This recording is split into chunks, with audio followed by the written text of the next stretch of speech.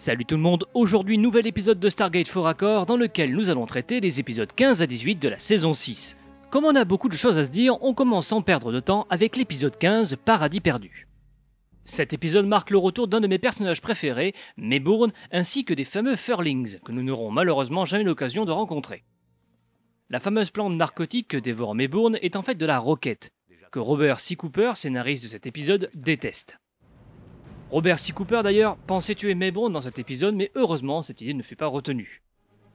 Cet épisode marque aussi la dernière apparition de ce plan dans le générique, tiré de l'épisode Abyss.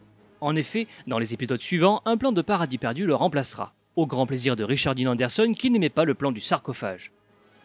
Pour ce qui est des erreurs de continuité, nous avons ces deux plans qui présentent les saucisses et les sauces d'une manière différente. Ensuite, dans cette scène, la main de Jonas posée sur la batterie de la caméra change légèrement à la coupure. Remarquez aussi ce petit mouchoir jaune sur la marche qui disparaît ensuite sur le plan avec le passage ouvert. Dans cette même séquence, on peut aussi observer le P-90 de Carter qui n'est plus exactement dans la même position entre les deux plans. Plus tard, quand O'Neill est esselé, peu avant de succomber à la narco-roquette, on peut observer les éléments sur la table qui, quelques instants plus tard, ont tous changé d'orientation. Enfin, juste après, O'Neill panique et se heurte au mur en chaud. La poterie ici bascule et tombe derrière, avant de revenir sur le mur sur le plan suivant. Pour la petite histoire, le titre de l'épisode Paradis perdu est tiré d'un ancien poème anglais de John Milton, qui raconte la chute de Satan en enfer et sa rencontre avec Adam et Ève qu'il dupera. On peut donc faire le parallèle avec cet épisode où Satan, c'est-à-dire le Goa'uld que découvre O'Neill, parvient à atteindre le paradis, soit cette lune. Il entraîne ensuite la mort de tous les gens qui s'y trouvent. Épisode suivant, Métamorphose. Alors, beaucoup de choses à dire sur cet épisode. D'abord, pour rester dans le thème biblique, sa genèse. L'épisode affiche James Tichenor et Jacqueline Samouda comme ayant écrit le scénario. James Tichenor est le directeur des effets visuels de la série et Jacqueline Samouda n'est nulle autre que l'actrice jouant Nirti. James Tichenor est d'abord arrivé avec l'idée de base, un scientifique essayant de fabriquer des ailes pour les êtres humains dans une sorte d'univers ressemblant à l'île du Docteur Moreau. Pour ceux qui ne connaissent pas ce fameux Docteur Moreau, il s'agit d'un roman de science-fiction écrit par H.G. Wells qui raconte l'histoire des scientifiques créant des animaux hybrides afin d'en faire des humains capables de parler et de penser. James Tichenor présente donc son idée à Brad Wright, showrunner de la série, qui tout de suite accroche à cette intrigue. Wright adore l'idée de l'île du Docteur Moreau mais déteste celle des monstres ailés. James Tichenor est alors dirigé à écrire son script en le raccordant à l'intrigue autour des manipulations de Nirti, puis confie son texte à Jacqueline Samouda qui écrira le reste, amenant notamment l'idée de la manipulation d'ADN. Fait amusant, Tichenor et Samouda ne sont jamais rencontrés durant l'écriture. En ce qui concerne le reste de l'épisode, on remarque d'abord l'utilisation d'une Stargate en CGI. Plus tard, on peut aussi voir au pied de l'horizon des événements les pieds d'Alebran ainsi que l'ombre du colonel Evanov. Je vous repasse l'extrait.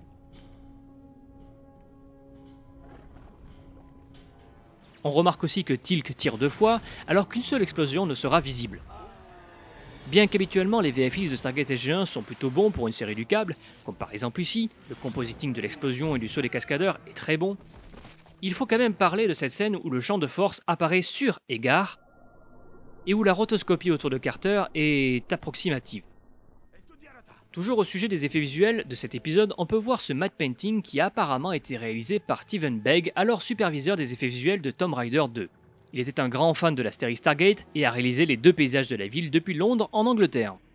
D'ailleurs, la montagne dans laquelle est située la cité est la même montagne mais d'un autre angle que dans cette scène, derrière O'Neill. Aussi, cet endroit a été réutilisé de nombreuses fois dans la production de la série, puisqu'il s'agit des mêmes lieux que l'épisode des Nox en saison 1 ou encore du Guerrier dans la saison 5.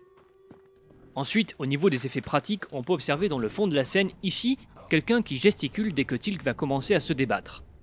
En effet, le technicien tient un câble pour retenir Christopher Judge et l'aider à simuler la télékinésie. Pour réaliser l'effet de la balle suspendue dans les airs, celle-ci fut coincée dans une plaque de verre pour donner cette illusion. Quant au raccord de continuité, on peut d'abord observer que les symboles présents sur la porte changent entre ce plan et ce plan.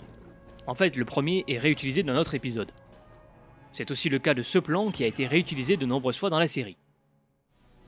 Quand le garde de gauche s'écroule, il tombe les fesses proches de la frise au sol, et les jambes écartées. Sur le plan suivant, ses jambes ne sont plus écartées et il est allongé sur la frise au niveau du torse. On peut ensuite observer l'emplacement de la lance serpent au-dessus de son bras droit, qui quelques minutes plus tard passe sous son bras. Aussi, à la fin de la scène de séduction entre Nirti et Jonas, celui-ci roule sur sa gauche, tandis que le raccord nous le montre roulant sur sa droite. Je vous la repasse.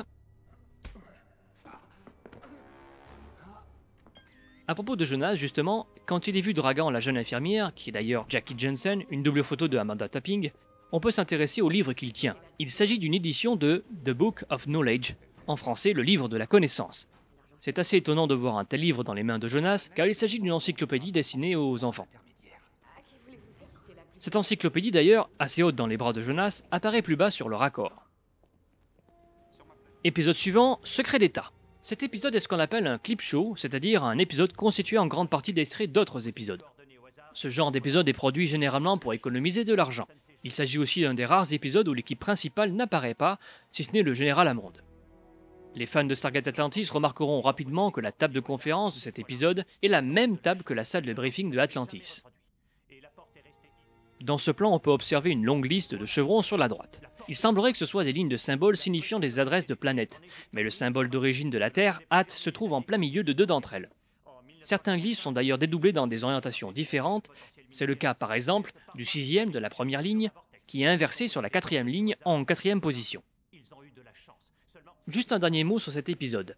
Il est assez amusant de remarquer que les scénaristes se donnent souvent du mal pour placer de gros enjeux dans ces épisodes, pour qu'ils ne soient pas un simple montage d'extraits de la série. Par exemple, le tout premier clip show de la série, Décision politique, finissait par la fermeture du programme Stargate. Le second, après un long sommeil, dernier épisode de la saison 2, finissait sur un cliffhanger. Celui-ci, l'air de rien, met en place les débuts du comité international de surveillance, qu'on verra de nombreuses fois ensuite. Cet épisode est aussi le début de ce qu'on pourra observer dans Stargate Atlantis, où des gens de tout pays traverseront la porte des étoiles ensemble. Il mène aussi en quelque sorte au film Stargate Révolution, qui ne sera hélas jamais produit, mais qui prévoyait d'annoncer le programme Porte des Étoiles au reste du monde. Dernier épisode de cette émission, les rescapés. Beaucoup de problèmes de continuité dans cet épisode, comme par exemple la majeure partie des scènes à l'extérieur du vaisseau, où d'un plan à l'autre, le soleil dessine des ombres très différentes au sol. D'abord entre ces deux plans, où le dessous de l'aile du vaisseau est ensoleillé, puis dans l'ombre totale. Même chose plus tard entre ce plan-là et ce plan-ci. On peut aussi remarquer que Teal'c semble très clairement se tourner dans le sens de Carter, avant de se tourner dans le sens de O'Neill sur le plan suivant. De plus, Carter est vu la main sur son P90, puis sur le plan suivant, le doigt près de la gâchette. Prêtez attention maintenant aux mains de O'Neill, qui ne conservent pas la même position entre ces deux plans. Vers la fin de l'épisode, quand les prisonniers s'échappent par la porte, Aden Corso, le capitaine, attrape Jonas par le pan de veste droit, puis par le pan de veste gauche sur le plan plus large. Dans cette même scène, si on tend l'oreille, on peut entendre Tanis enclencher le second chevron pendant que le montage nous présente le Major Pierce. Or, le chevron qui s'allume au-dessus de son épaule est le troisième chevron. Dans la première confrontation, l'un des tirs verts provenant de Serakin se superpose le temps d'une image avec la jambe de Carter. Côté faux raccord classique, on peut observer la petite boîte auprès du générateur à Naquadah, qui, sur le plan suivant, disparaît avant de revenir. Sachez aussi que la salle des machines du Cerberus est la même salle que le cockpit, les caméras filmant simplement dans l'autre sens. On peut observer dans le tas des artefacts placés sur le bureau de Jonas ce qui ressemble au médaillon de Catherine du film de 1994. Enfin, la femme qui apparaît sur la photo au début de l'épisode n'est autre que la femme de Andy Mikita, réalisateur de cet épisode. Voilà, c'est tout pour cette émission, j'espère que vous avez passé un bon moment. A très bientôt pour un nouvel épisode de Stargate Faux Raccord.